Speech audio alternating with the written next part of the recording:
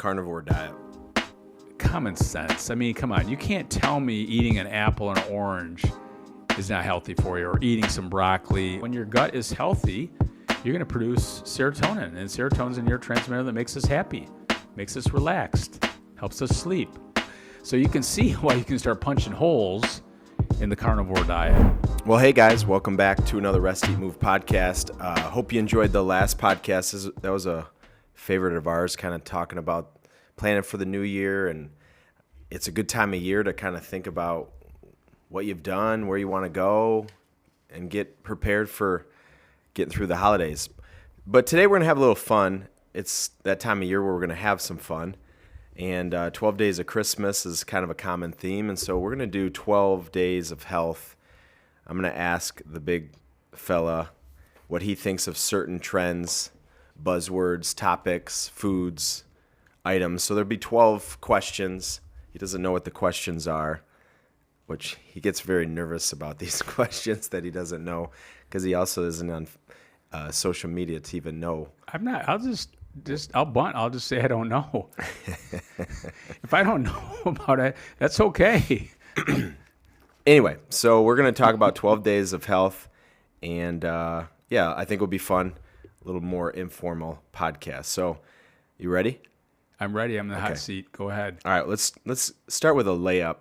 It's really common to see people talk about the longevity benefits of saunas. And so saunas have gotten touted from Tony Robbins to influencers, Peter Attia, and then I just saw Peter Attia change his mind. And so you've been around a health club for a long time with several saunas, and then there's infrared saunas. And what's your take on saunas? Well, I have an infrared sauna, so my take is that I think they're very beneficial, and it's a way to cleanse the body, detoxify the body, and I think people get excessive about it. So they obsess like more is better, more is not better. So I think that's where we get sideways. But I like going in there. It's very relaxing. It's a great thing to do in the wintertime. We ski up north, come back, and you got a fire going, you take a sauna.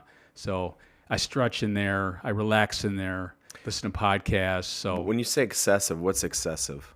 Every day? I think every day, because it cleanses the body, so you can overdo it.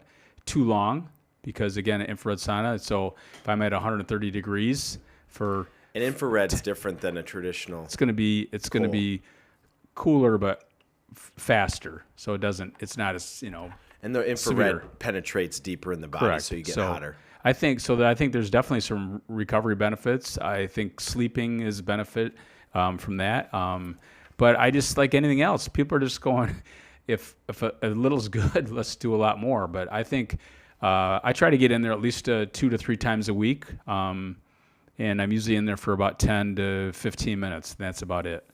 But no, I think there's definitely benefits to it.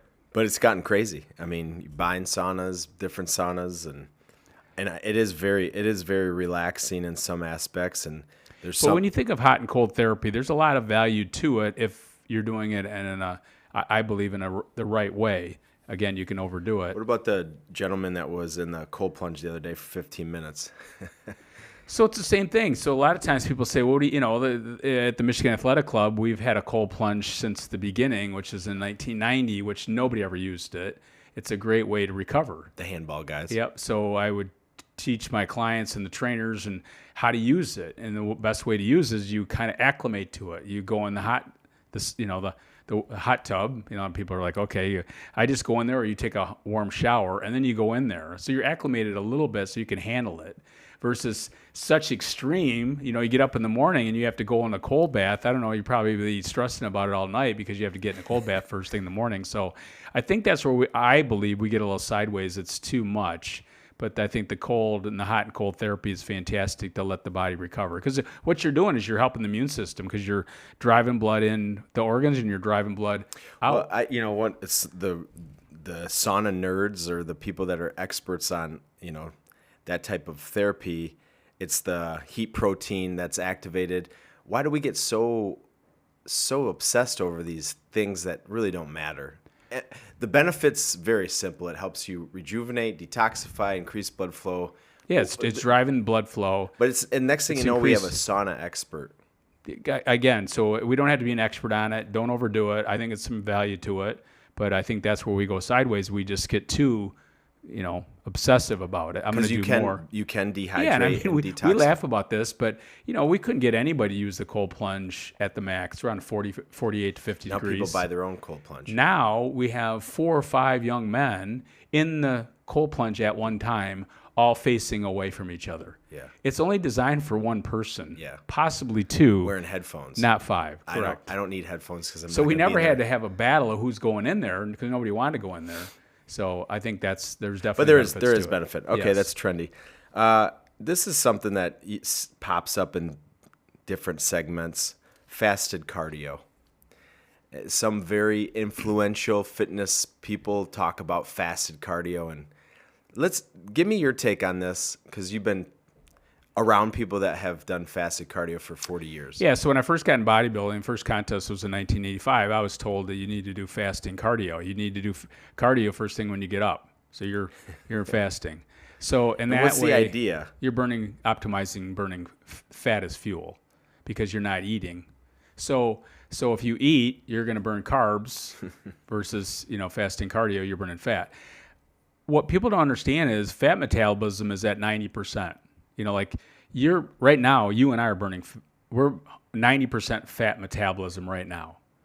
So when we're in this basically sedentary state, we're 90% fasting. We are fasting metabolism right now where we're burning fat. But we don't understand that fasting cardio is now it's kind of painful.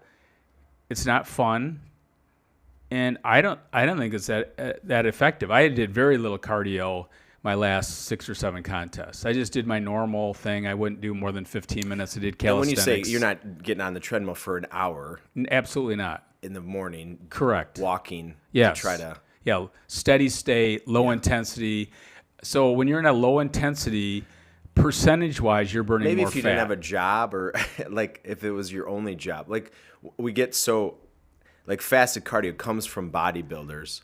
And there are some bodybuilders that obsess about, think of some of these guys. Well, they're going to do cardio. They're going to do an hour of cardio. At midnight. Yeah, at midnight or whatever it is, fasting cardio, and they're going to do low intensity because you're going to be more in fat metabolism at a lower intensity. As your intensity goes up, you start burning. It's called respiratory quotient. The body starts looking for the jet fuel, and the jet fuel is carbohydrates. That's why when people are doing a low-carb diet, they don't have any jet fuel. Their glycogen stores are depleted, their liver stores are depleted. They don't have that extra gear, and so that's why when you do low. So this is a thing that will come back. When we talked about VO2 max a little bit earlier, we're both going to do one come the new year, and the wearables give you an estimate, but actually VO2 max. This is a very important point. Again, specificity of what we're trying to accomplish. If what you're looking for is aesthetics, fasted cardio might be something that. It works for you, but you've tried it for aesthetics. It doesn't work for you doing that. But more importantly, for the jet fuel, for your VO2 max, you're not going to have good VO2 max. And I'm going to talk about Peter Attia in a second, and he talks about VO2 max as the longevity marker. And so we're being told, a lot of people being told to do fasted cardio for their health. Well, on TikTok or whatever you want to talk about, I'm just going to share with you that nobody's talking about respiratory quotient. In fact, most listeners have never heard of it. So when I was in grad school and we were doing VO2 max, we would have a gas analysis, and you would do respiratory quotient. What that means is as your intensity goes up, you can see what fuel you're burning. So like I said, when we're sitting here now or walking on a treadmill, our percentage is going to be higher in fat. And as the intensity goes up, you burn more carbohydrates. So as you get close to 1 means a complete max out, all carbohydrate burning. That's the high end. We know you are at a max level. So when you do a VO2 max, how do you know it's a VO2 max? Well, you know it's a VO2 max with what fuel you're burning. So we would get people in our tech class, and we'd see the respiratory quotient be at 0.6. And Dr. Husener would say, well, this is not a max test. You're just kind of wimpy. Right? So then we get a guy like a Dan Bender, and he's going right into that 1-0, so it's a max. What if you're depleting your carbohydrates, will your VO2 max just be rock bottom? Or Yeah, you just don't have the fuel. It's like you're trying to drive the dragster down the road, but these would be the fit-looking individuals, but then you get them in the deep end, and they can't. They wouldn't have the capacity to be at their best. Yeah. So they might be at a relatively high level, but not their highest level. They may be lean. Also, yeah. So again, back to, what do you want? You said training specificity. So I always laugh sometimes when people talk about this full circle, because VO2 max. That's a very common thing with TikTok and people trying these things. And again, another reason why you need healthy fats, healthy carbs, healthy proteins, because the body needs these things to be at your best. Yeah, you can't cut out a macronutrient. Peptides. Peptide 157, things for sleep, injectables. Well, we discussed this a little bit last time. Yeah. That if you looked at a protein, it's called an amino acid. That's where peptides are coming from. And there's 22 amino acids. So how do you have 50 plus peptides? I'm not a scientist. I just don't understand how you can have more peptides than you can. And they're using AI and all this kind of. Yeah. So to me, why wouldn't you just eat food that cover lots of ground versus taking a peptide for the skin, a peptide for your ears, a peptide for your nose? And you're not an expert on it, but what are you fearful about? When some of these things came out in the early 80s when you got in this career and it sounded too good to be true, and then next thing you know, it's not too good to be true. It isn't helpful long term. What are potentially some things that you're curious of what happened in 10, 15 years about some of these? Well, the body's amazingly sophisticated, so why do we keep thinking we can just put synthetic things in the body and think it's going to react? And it will, but you're always going to have a cascade. There's always going to be a reaction. So, when you're looking at testosterone replacement therapy, I just had a gentleman that had a heart attack, and again, I want to go into the weeds with that, but the point of it is we're not explaining like what could happen down the road. Why would I want to go to the most optimal nutrients? And to me, we always can be better with what we're eating and where we're getting the food from. And it covers a lot more ground. It's much more sustainable. So that's my only reservation, is that we don't know what's going to do. All I know is I'm going to upset the natural balance of my gut. Yeah, I mean, my take, again, neither one of us are experts on it is a sophisticated science, but synthetic to me creates, like, those things with toxicity kind of go hand in hand. Again, you're putting things in the gut. When does toxicity show up? Yeah, so again, if I'm planting a garden and I'm putting 50 seeds in there versus 5, you're going to have better growth, better absorption, better everything, better outcome. But again, that's going to take more work. And so that's why, you talk to people about this. If you ask them, are they doing A, B, C, and D, and they're not, why am I going to, down the end of the alphabet versus doing the basics up front? Because again, it's a slow drip. It's compound interest. So I think our listeners have heard that enough. 1 out of 10 scale, what would you give peptides? I still think it's in the infancy stage, but to me, I'm going to spend a lot more time and energy really getting high quality protein that covers more ground. So give me a number. One being, but I'd say maybe it's a 4 Never. or 5. Okay. Might be a 4 or 5. I'm not saying never. I'm just saying that I still believe it's not 10. It's definitely not a 10. No. All right. So next question. The answer is, am I using peptides? The answer is no. They just came out that hormonal replacement therapy is a positive thing potentially for women in premenopause and menopause. What's your take on that? Way back in the day, I worked with a breast cancer surgeon, Dr. Jana Osuch, and she was she had brain cancer, and I trained her and I got to know her, and then her and I did events together. But, way back in the day, for many women, hormone replacement was the thing. And what they didn't realize at the time, that causes severe breast cancer. And that was her whole business, was dealing with that. So when Vioxx came out as a pain med, everybody thought it was fantastic until it started causing stroke and death. 2 years into it, Vioxx was off the market. Hormone replacement definitely has changed their tune.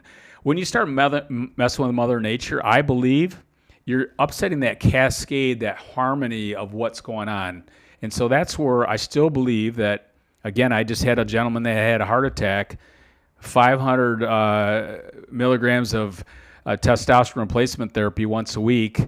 I don't think that's what he should have been told by his doctor on top of taking Ozempic. So I think that's where we're at today. And one little caveat there is a lot of these things are studied in isolation. So Correct. You take a patient and you say, okay, hormonal replacement, what are the benefits and side effects? But, a human, the people that we work with, these humans that we think most people are humans, their diet has a little flaw and they have some stress over here and they have some trauma over here and, maybe they're on some medications over here and taking some anti-inflammatories. It's not just this blank slate.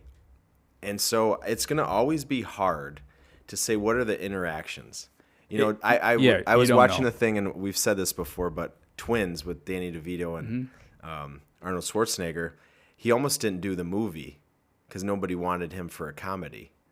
But anyway, the magic part of that movie is you take someone, you put them in this amazing environment, and obviously it's a movie and Danny DeVito's in this stressful environment. I think science tends to be in this, this perfectly orchestrated environment when they're studying hormonal therapy, peptides, and all. But when we work with people, it's messy. So I just feel like the hormonal replacement thing here's my is going to look really good on paper. Correct. Always. And I think that's what you just said that's the challenge. So when I sit down with somebody, many people that I work with want to know, should I take testosterone replacement therapy? So the first thing I do is I explain what it is. It's a steroidal hormone. It's a steroid. Right? You have your stress hormones over here, cortisol, epinephrine, aldosterone, and then you have DHEA and growth hormone and testosterone over on the other side, estrogen, progesterone. The list goes on. So let's explain what it is. And then how do they work? And why do they get out of balance? And how do they get back into balance? Yeah, and does taking them actually get them back into balance, or does it just kind of... could mask it for a second, right?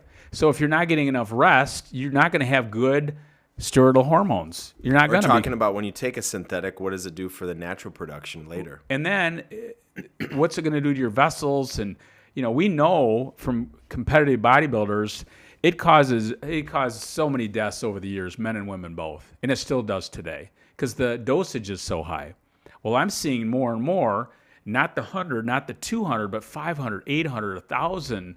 The dosage keeps going because I want that effect. Because the studies come out, it's safe, and so let's push it. Hey, let's go. You have a little body fat, your libido's not great, blah, blah, blah. Here we go.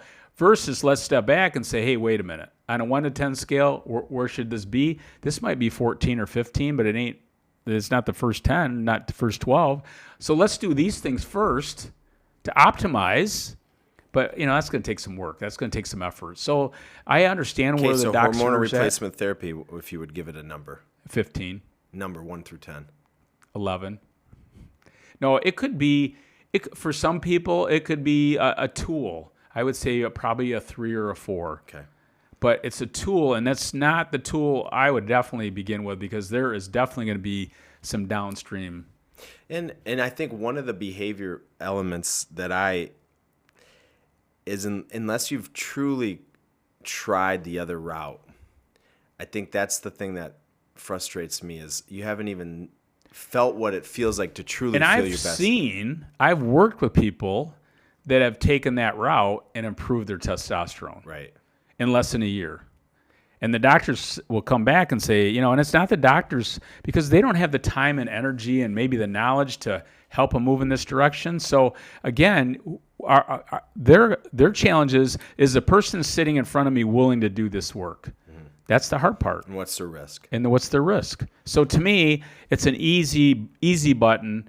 You're seeing a lot of people, movie stars and athletes, and they're ripped and they look great and blah blah blah. I get it. It's very desirable, but at the same time, man, I want that vitality down here. Yeah. And I don't know what's going to do. So right. The answer could be you could do it, but that wouldn't be the first step. Question number 5: intermittent fasting, and maybe if there's a difference between for men and for women.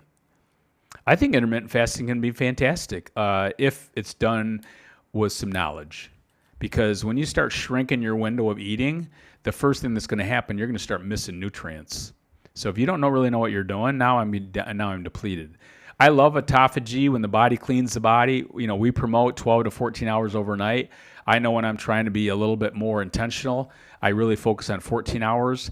Every so often, I'll do a more of a long-term fast. I do wheatgrass and spirulina chlorella and cod liver oil. That's not really a true fast, but I'm not eating food. I might do that for 24 to 36 hours, but it's tough. But I try to practice a fast and you do the same thing, that you can repeat, and that's going to be 14 hours overnight. What are a couple things that really can be long-term damaging that have to pay attention to when you just hear something and say, well, I'm in an intermittent fast? Well, I think we now, from a longevity standpoint, the less calories we eat can really, again, there's a borderline when you're eating too much and not enough. So to me, I really like, the 14-hour overnight. It cleanses the body, detoxifies the body. But when you start changing that, then you start messing with lipase, insulin.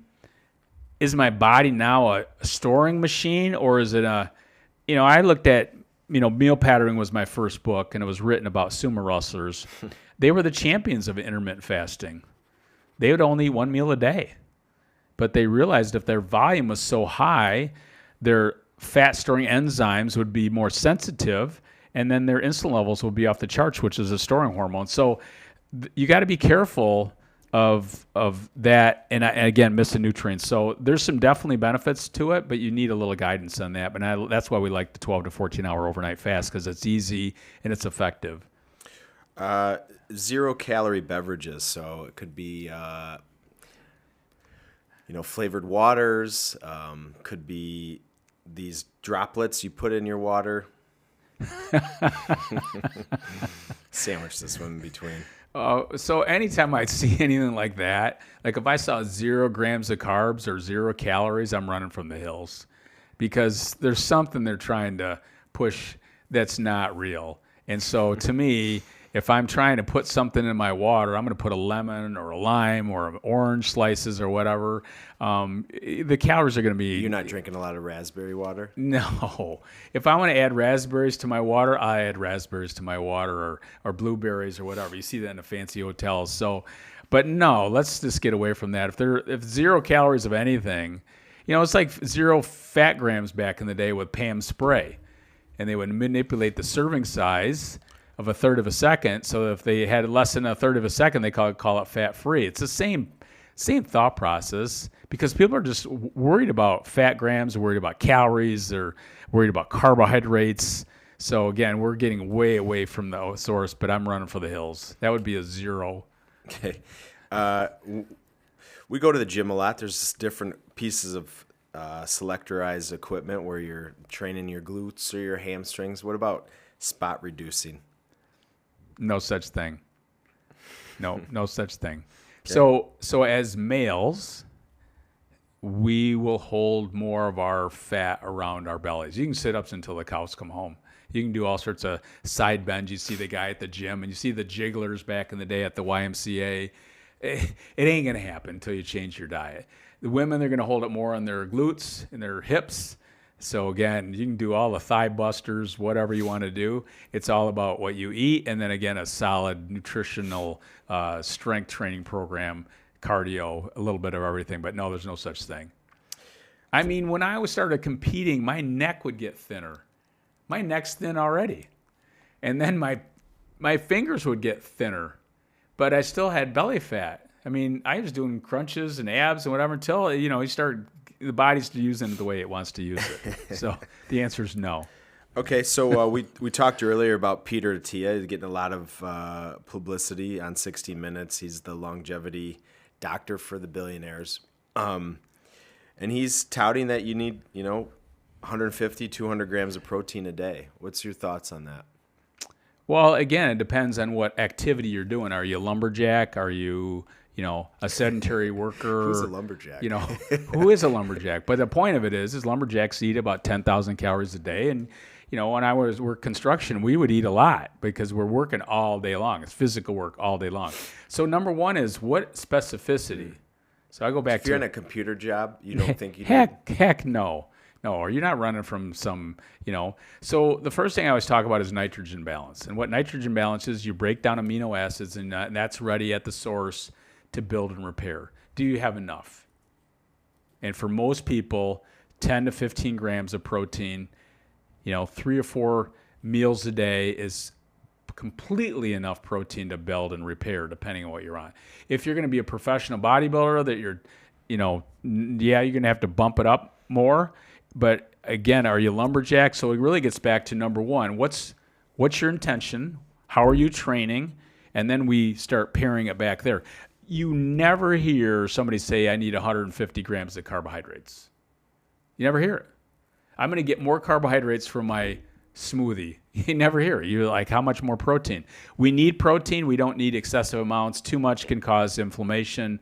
Amino acids, again, going to cause a little more of that. So now you get your pH a little bit out of balance, and you start messing with the gut.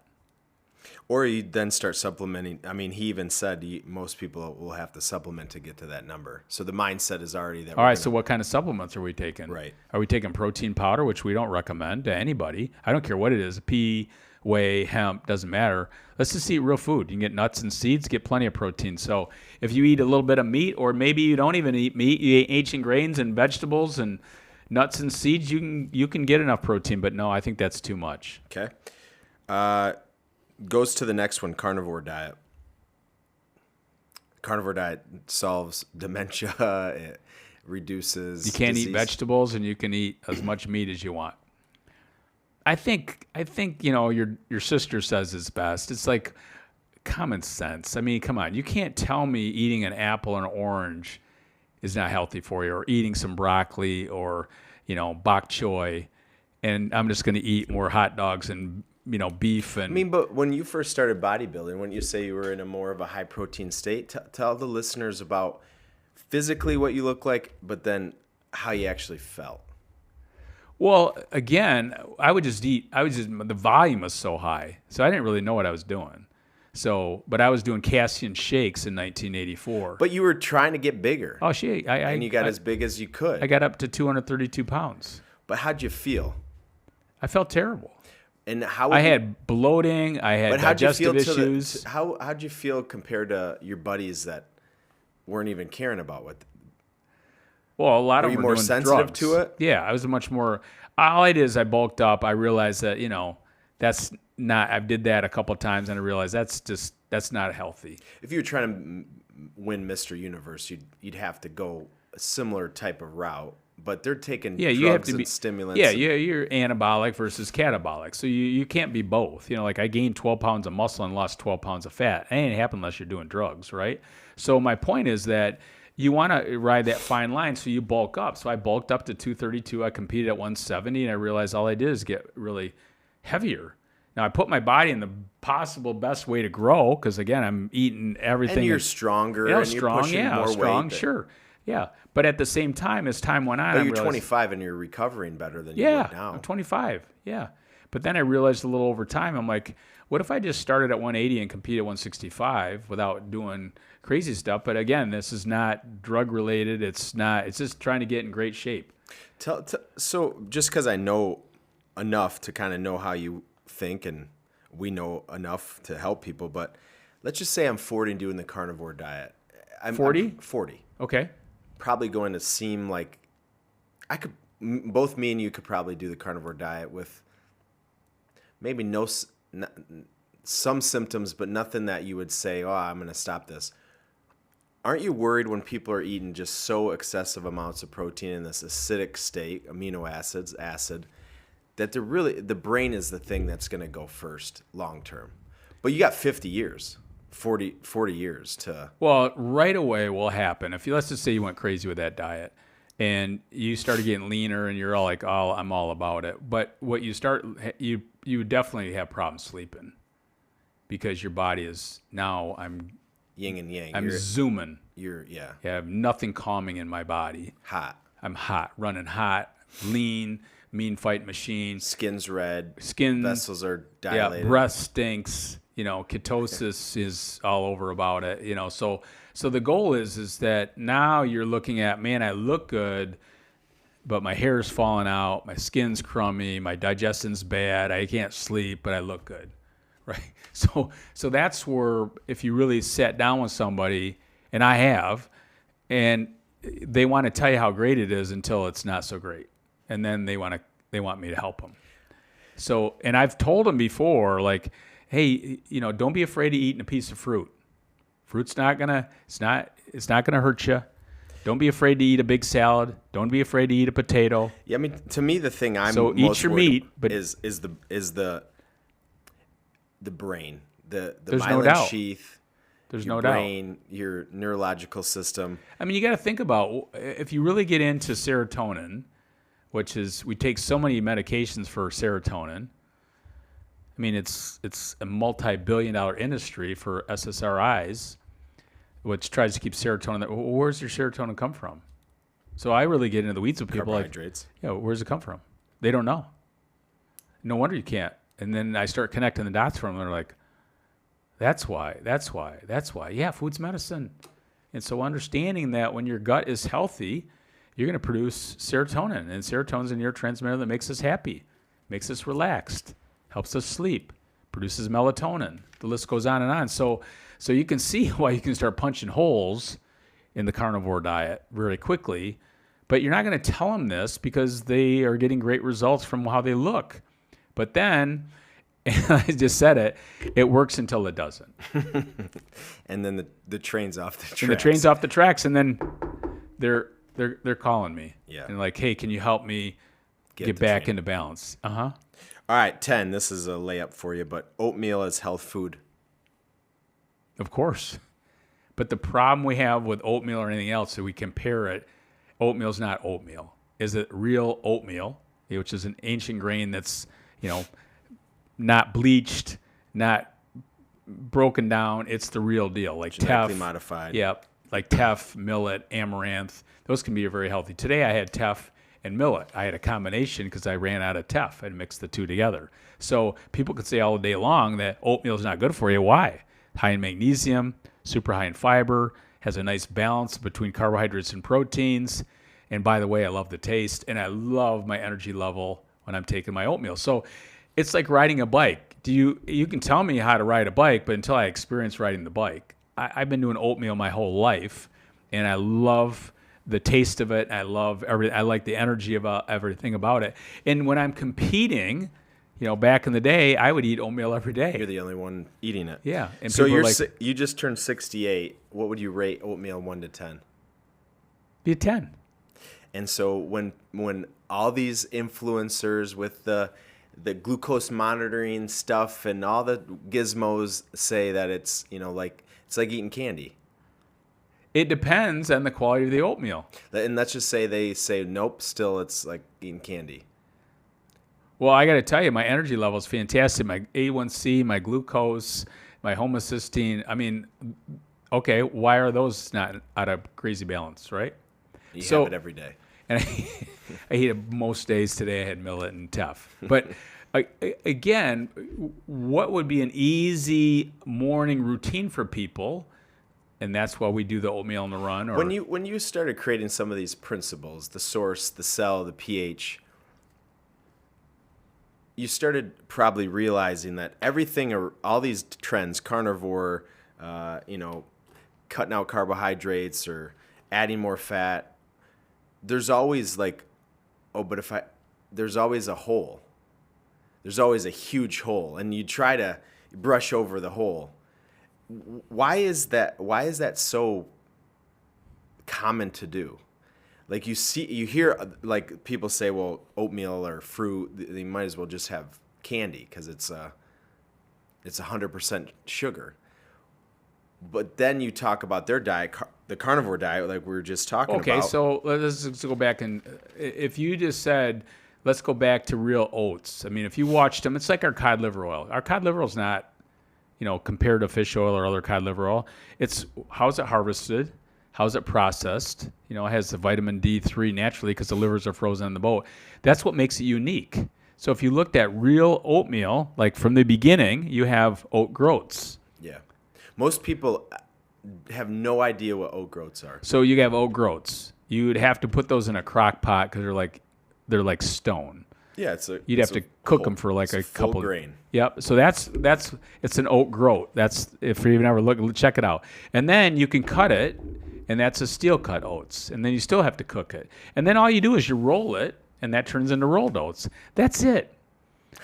That's it. There's nothing else. But then we realized, well, what if we just hacked the crap out of it, bleached it, did this and that? Now we have the oatmeal that's way over here, and we're comparing the same thing. Or the soil was so shitty. Right. We're comparing the same exact. It's not the same thing. I always find it funny when they label oatmeal as gluten-free, and the reason behind it is because when they mass produce any grain, cereal grain, they spray glyphosate and they spray different things, and there's cross-contamination. But oatmeal is naturally, if we were just growing it, it's gluten-free. It's gluten-free, naturally. Correct. Naturally. And it's a marketing thing. And right. so one of the things I think is very interesting about oatmeal, so you're ranking it a 10. It's a cereal grass.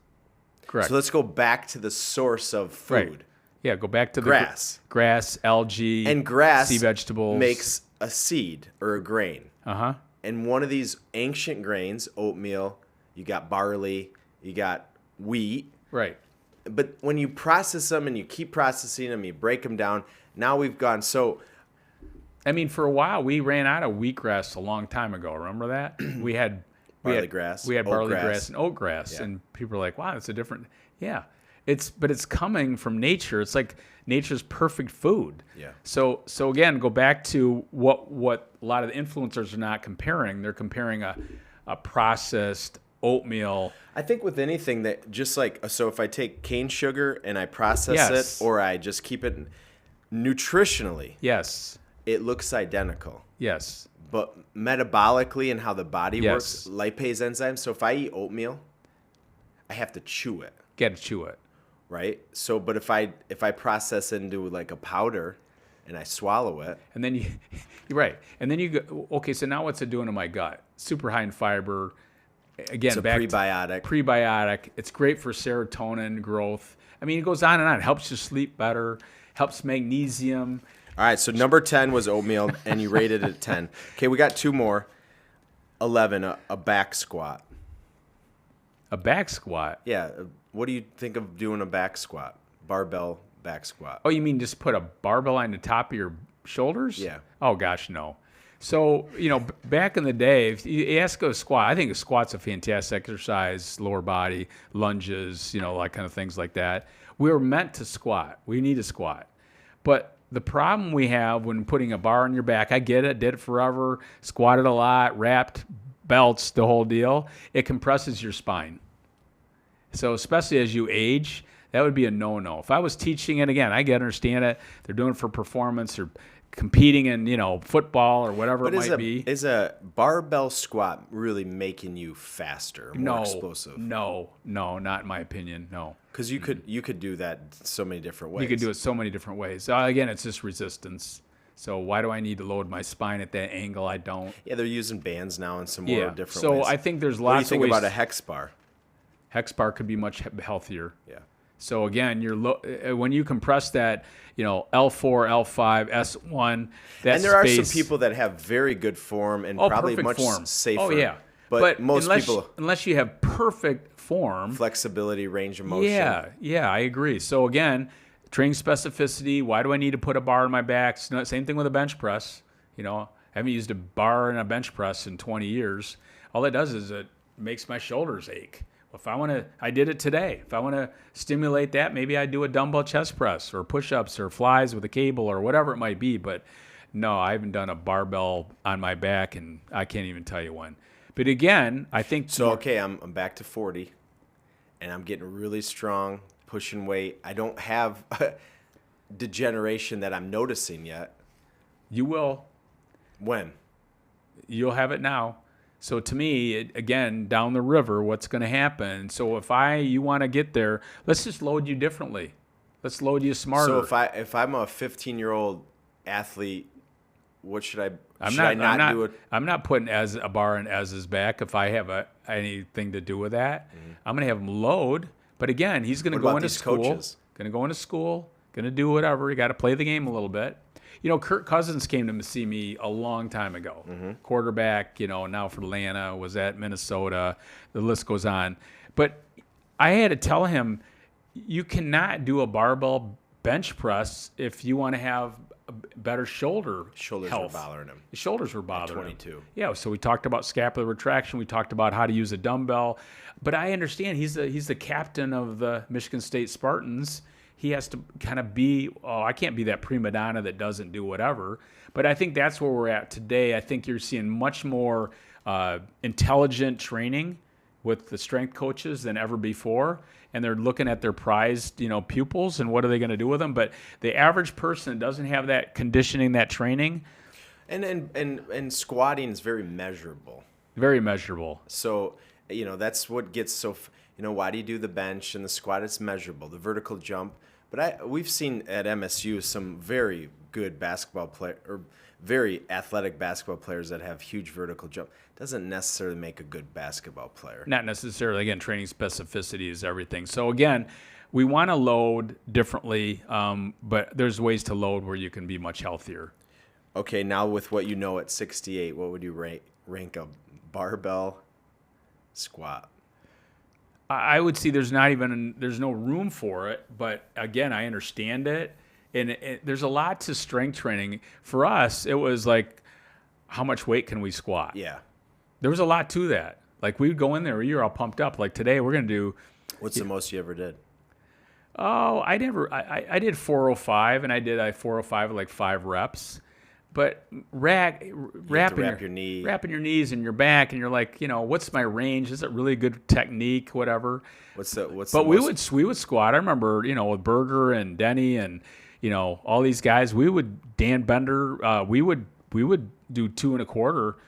20 times, 25 times, and boy, you were smoked. So, but again, when we started, Jeff Watkins and those guys we'd get up into the 400 range. Berger could squat a lot. Denny could squat a lot. The bars bending, but more. Can you imagine what that did to our spines? So I think we lost some spacing in the spine back in the day. All right, last one, 12 days of health. Wearables. What are your thoughts? Training wheels. I think they can be beneficial, but as Dr. Phil Nurnberger always says, there's nothing more intuitive than you. And so to me, once you start teaching people, you kind of should understand a little bit more, what's my heart rate, what's my blood pressure. You take your blood pressure and your heart rate with different devices. I do it. And I think it's beneficial, but at the same time, you want to be a little bit more intuitive. I think sometimes some of the wearables, especially when you get to sleep, it can kind of be stressful. Well, yeah, an interesting thing, and I'll share that in the new year with documenting my journey. I wore one to kind of have some more stats, and it's interesting. My heart rate variability it can't be accurate. It's so stinking high. It was 240, then it dropped down, and then it went back up, and then I got sick a couple weeks ago, and it came down, and it can't even get above 50. So however the algorithm does it. Is it still high today? No. Oh, it's lower? Yeah. It was really high. Yeah. So so back to the wearables, I think everybody should know their resting heart rate, their blood pressure. They do a blood test, once a year. We need to have these metrics, but at the same time, are you dreaming? Are you sleeping? I think heart rate variability is an interesting measurement, but at the same time, we're going to go do a VO2 max. I want to see what this is. So I think it's nice to have measurements, but I think we can also be too excessive about it. Yeah, we're chasing it. I'm going to have data for quite a while, and you can compare the data. The concern is it's another thing. It's another thing to pay attention to, and you got to track it and charge it. Well, one other thing too is I get a fair amount of clients that come in and they want to know what their strain is during their workout. So if they don't have a strain that's through the roof, they don't think they get a great workout. But again, the strain is only going to be in a cardio state. Correct. Because it's the only way that can be measured. Right. So if I do dumbbell bench press, you still could get your heart rate up, but I get what you're saying. But at the same time, but the wearable, so I'll go do a 50-minute workout, 15 minutes of cardio, some warm up. And they'll say, "Oh, I saw that you did 20 minutes of activity from this time." Well, no, I did strength training from the time you thought I ended till that. Right. A lot of. Yeah, and so you're telling me I didn't strain. And here's another thing too. When you sit down and you're looking at somebody, what do they really truly need? So many times we have these type A personalities. They don't think they're getting a great workout unless their strain is so high. Reality is we need to slow them down. Mm-hmm. So now all they're doing is chasing the strain versus what's really optimal for them. It says no different than a massage. Why do we need to go in and get a deep tissue massage when that's not really what you need? Your nervous system is already out of balance. We need to get you more relaxed. So right. I think wearables can be a great tool, but don't let the tool run you. All right, so that's the 12 days of health. Fun little exercise. I think we got just on a couple things. As we go into the new year and we kind of go through this holiday season, I think we know that it can be stressful and we get out of our routines. But, our stance on that is we're going to have cookies. We're going to have desserts. We're going to have fun. But you got to come back to these habits. You can do whatever you want, but you're still going to do your cod liver oil, your wheatgrass, your spirulina. You're going to move your body. You're going to try to go to bed. Yeah, and again, you're just being more intentional. You're like, okay, I'm going to let my hair down. I'm going to have, Thanksgiving, I had, apple pie and pumpkin pie and blah, blah, blah. And it was my birthday and, So again, we want everybody to enjoy the holidays, but at the same time, we don't have to completely abandon ship. And move, and to me, I always like too. It's a great time of the year to continue your movement plan, and sleep better. That's it. So we'll see you next time. And again, as we continue through December, we'll keep talking about some topics that maybe are a little more light and fun and in the good time of year. And then as we go into the new year, we'll talk about really buckling down. And one last thing. So we've had a lot of questions lately. Keep them coming, because they've been coming through the website. I've talked to a handful of people on the phone, so we're happy to help you any way we can. info@ontargetliving.com, and we'll see you again next time.